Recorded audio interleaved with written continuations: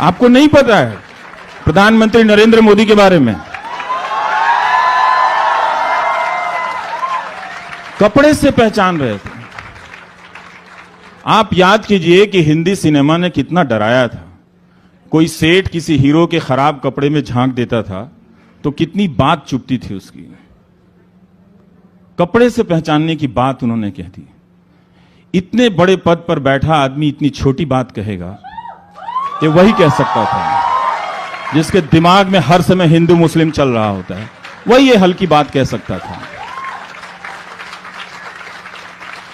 और ये कपड़े से पहचानने वाली बात जो है, उन्होंने एक समुदाय के लिए ही सिर्फ नहीं कही थी, उन्होंने इस देश की जनता की जो बुद्धि है, जो सोचने की क्षमता है, उसको चुनौती दी थी कि 5 साल में हिंदू मुस्लिम दिखाते दिखाते हमने तुम्हें इस स्थिति पर ला दिया है कि अब हम कहेंगे कि सिर्फ तुम कपड़े से पहचान लो, और आप कपड़े से पहचानेंगे।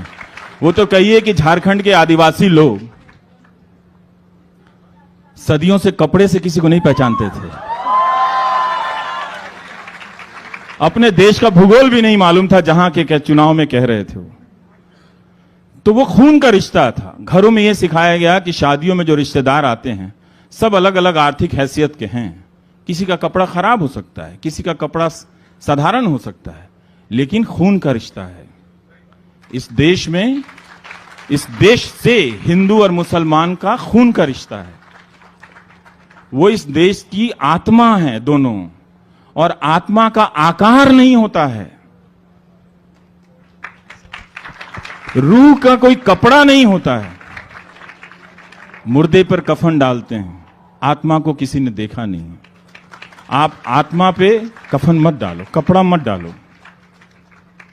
दोनों का आप कपड़े से पहचान लीजिए।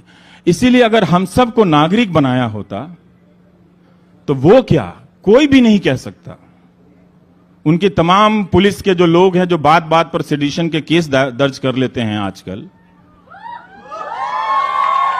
वो लोग भी ये बात नहीं कर पाते। कपड़े से पहचानने वाली बात इतनी हल्की बात थी, चुभ गई मुझे।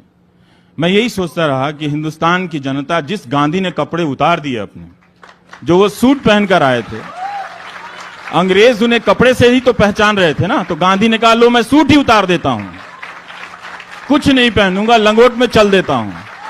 पहचानो गांधी को कपड़े से, पहचानो। वो लाठियां लेकर हजारों लाखों लोगों के बीच में चलता हुआ आज भी चला आ रहा है। पहचानो उस महात्मा गांधी को। आज 26 जनवरी है, 4 दिन बाद उनकी हत्या होने वाली है, पता है ना। 5 साल से उनका नाम लेकर रोज उस बिना कपड़े वाले फकीर की हत्या हो रही थी। वैसे क्रोनोलॉजी में तो 1948 पहले आया था और 26 जनवरी 1950 बाद में आया था।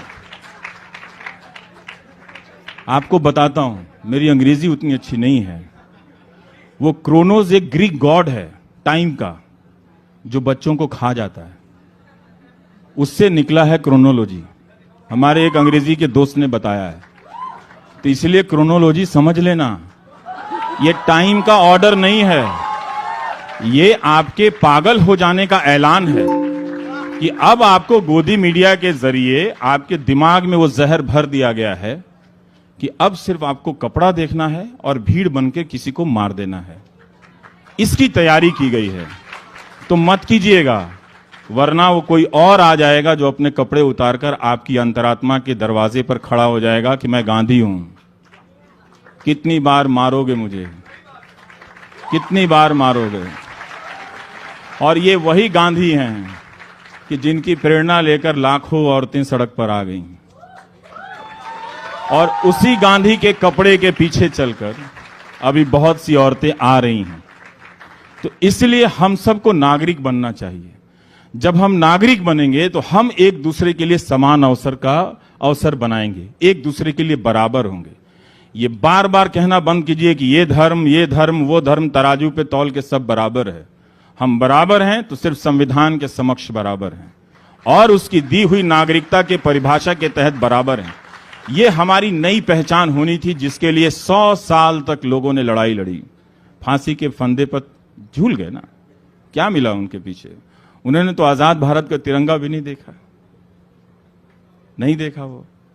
लेकिन वो इसी मुस्तकबिल, इसी फ्यूचर के लिए लड़ रहे थे।